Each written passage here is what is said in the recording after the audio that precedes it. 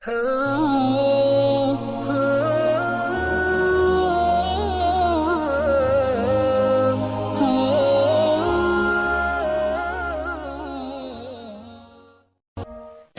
yang Allah pengen ngasih dia kebaikan, Allah uji. Hah? Kok gitu caranya? Ternyata kayak gitu rahasianya. May yuridillahu bihi khairan, siapa yang Allah pengen ngasih dia kebaikan, Allah kasih dia musibah atau ujian. Kenapa bisa seperti itu, Ustaz?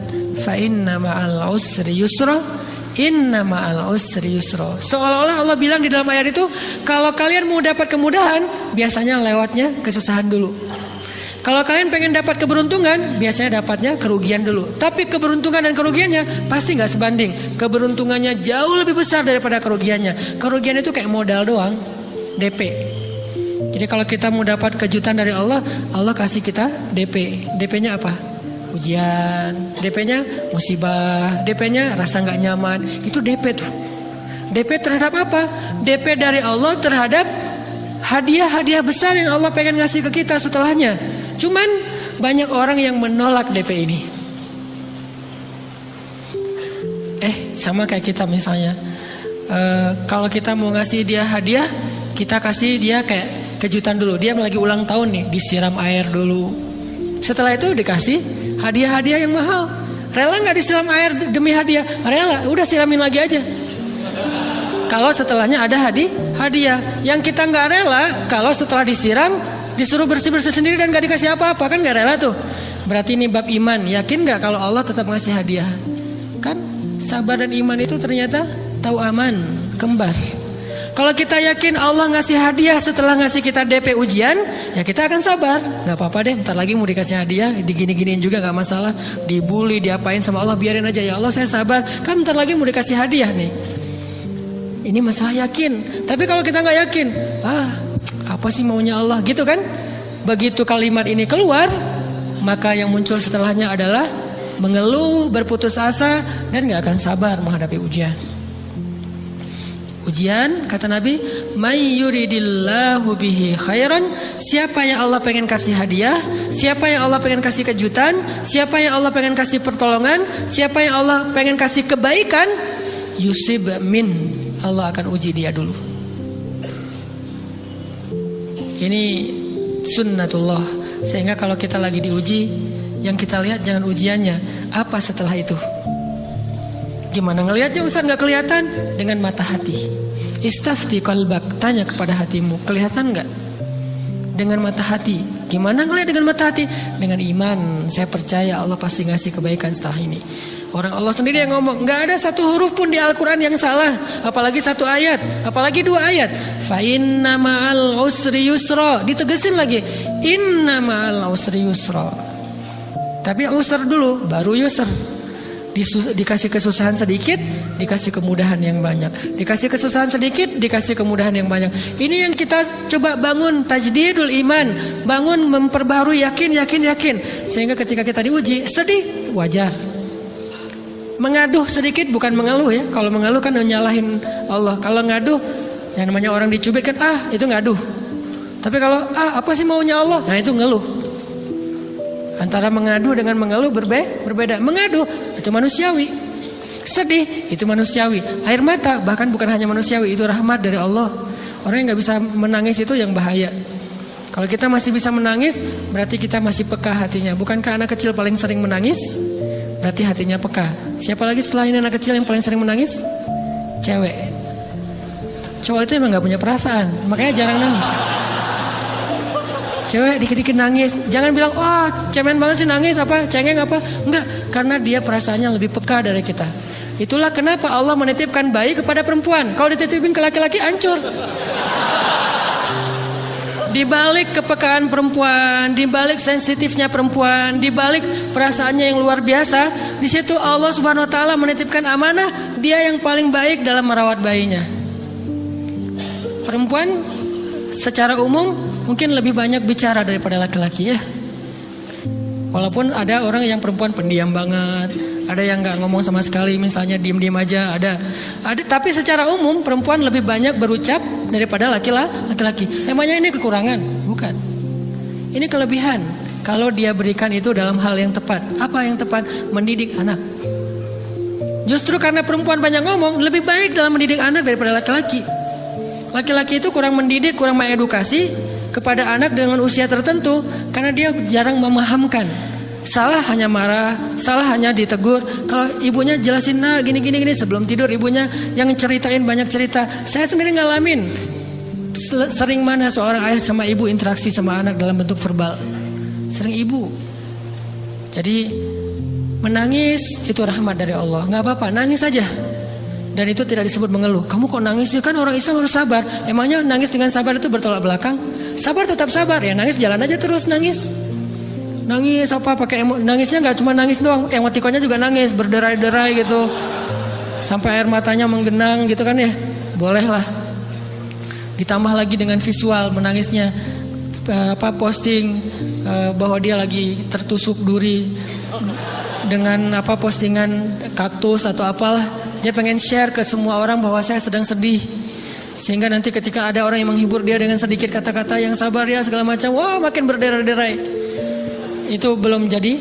Kecuali dia keluarkan kata-kata mengeluh, baru dia disebut orang yang banyak mengeluh, berputus asa. Kalau mengaduh wajar. Walaupun ada nabi udah diuji berat gak mau mengaduh, apalagi ngeluh. Zakaria digergaji mengadu aja enggak.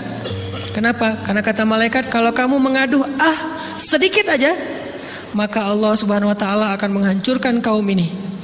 Dia kasihan kepada kaumnya, enggak mau mengaduh. Satu-satunya orang yang kita tidak boleh mengaduh hanya orang tua. Atau itu mengeluh kalau untuk orang tua. Kalau yang lain enggak disebut mengeluh. Kalau ke teman, malas enggak apa-apa.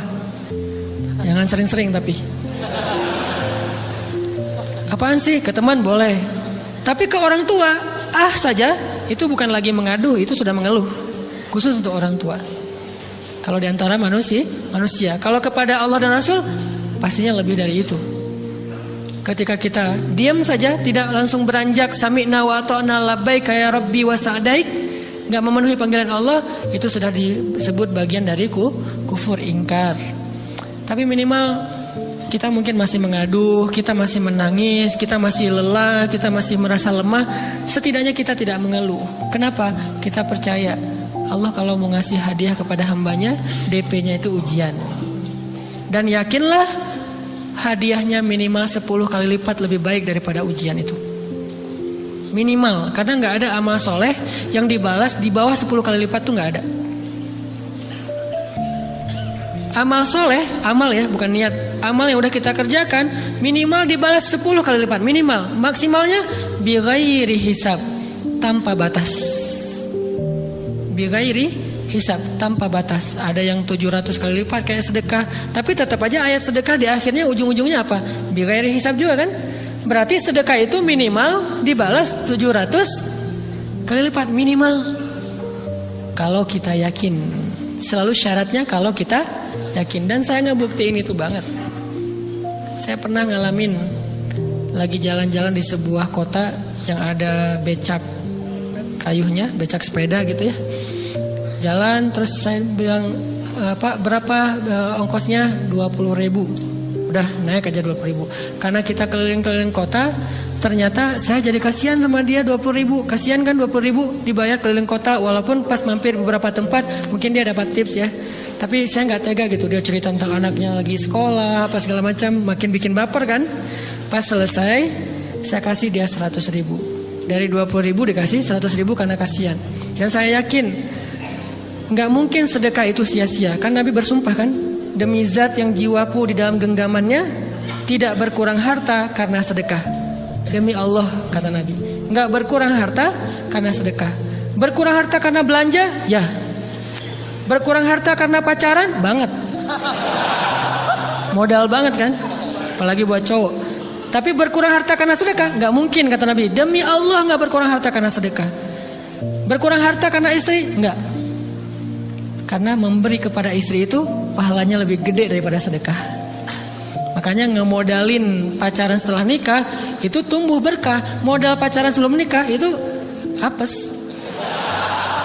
Jadi kalau pengen modal nih, ngemodalin cewek, traktir, ngapa-ngapain, bayarin, jangan sebelum nikah. Sebelum nikah jadi orang pelit aja, nggak apa-apa. Tapi setelah nikah, jor-joran ngasih, apalagi yang, bayarin semuanya. Kenapa? Pahalanya lebih gede daripada sedekah. Bahkan lebih gede daripada infak fi sabilillah. Seorang suami memberi nafkah istri, itu pahalanya terkadang lebih besar daripada kita berinfak untuk fi sabilillah, untuk korban perang. Saya heran kalau ada orang sedekahnya rajin tapi ke istrinya kikir, aneh, berarti dia nggak ngerti konsep. Padahal memberi kepada istri itu selama itu kebutuhan pokok ya, dan sedikit entertain, nggak apa-apa asal nggak berlebihan, itu luar biasa. Makanya saya kalau jalan sama istri yang yang mana? Itu yang Oni suka. Oh ya, Oni suka. Kasih aja. Kenapa? Minta ini. Kasih. Selama ada kan kenapa nggak dikasih kan ya? Nanti Allah ganti. Makin rajin kita ngebayarin istri kita, ngebelanjain istri kita, makin Allah ngasih yang kita nggak pernah duga-duga. Sampai istri kita cemburu sama kita. Kok kamu duitnya banyak banget sih? Kan gara-gara aku sering ngasih ke kamu. Ya udah sini lain lagi. Mau ditransfer berapa gitu kan ya? Saya ngasih 100.000 ke si bapak. Dan saya yakin teman-teman sedekahnya pasti lebih dari itu, karena 100.000 saya sebut. Kalau 1 juta ke atas saya nggak mau nyebut, malu dong, ria ya.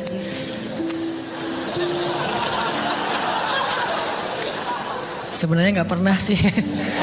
100.000 deh, karena kan kecil. Saya kasih 100.000. Ternyata begitu saya kasih 100.000, dia doa. Nah ini nih pentingnya sedekah ke orang yang membutuhkan tapi nggak minta-minta. Dia tulus. Dia langsung doa, ya Allah Pak, mudah-mudahan rezekinya lancar, berkah, bertambah dan segala macam, bahagia keluarganya. Doa-doa ini semuanya dikabulkan dalam hitungan hari.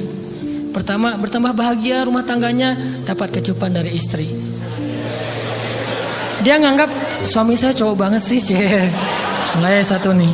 2, demi Allah, selang 15 jam kalau nggak salah, karena waktu itu malam, besok paginya ada orang yang ngejar-ngejar saya pengen ngasih hadiah. Ustadz, saya pengen ketemu Ustadz. Maaf, saya nggak bisa ketemu sekarang, lagi rush, lagi tight schedule, gitu-gitulah, sok-sok gaya nggak jelas gitu ya. Terus Ustadz, saya pengen banget ketemu. Dia nggak ngomong pengen ketemu apa.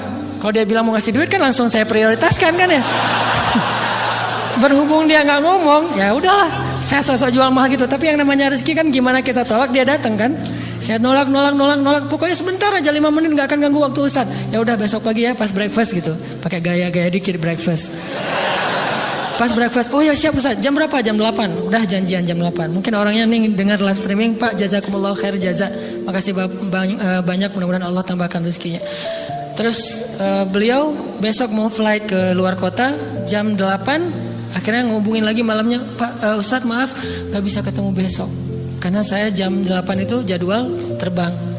Oh ya udah nggak apa-apa, seneng dong saya nggak jadi ketemu kan. Tahu gitu kan nyesel saya tuh, seneng. Besok pagi jam 6, Pak Ustadz alhamdulillah ternyata penerbangan saya di delay ke jam 11. Allah delay penerbangannya demi ngasih rezeki buat saya. Kan luar biasa kan. Nah, ini hikmah kepedean saya, kegeeran kepada Allah gitu. Di delay demi saya. Kan kadang-kadang GR ya di depan Allah ya. Robbi akraman kan gitu ayatnya. Allah memuliakan saya dengan istighfar tetap. Akhirnya saya bisa ketemu Ustaz. Saya nggak baca WA-nya, terlambat baca, baru baca jam 8. Dia udah mulai agak putus asa, kayaknya udah gak mungkin ketemu nih. Jam 8 pas saya baca, ternyata orangnya nggak di delay. Ya udah saya balas, ya udah sekarang saya tunggu ya jam 9, maaf cuma sebentar. Nggak apa-apa Ustaz, 5 menit. Datang dia, datang ngasih apa coba? Ngasih duit 200 juta. Demi Allah, cuman berselang beberapa jam saya tolak-tolak. Tahu gitu Pak, datang malam ini aja.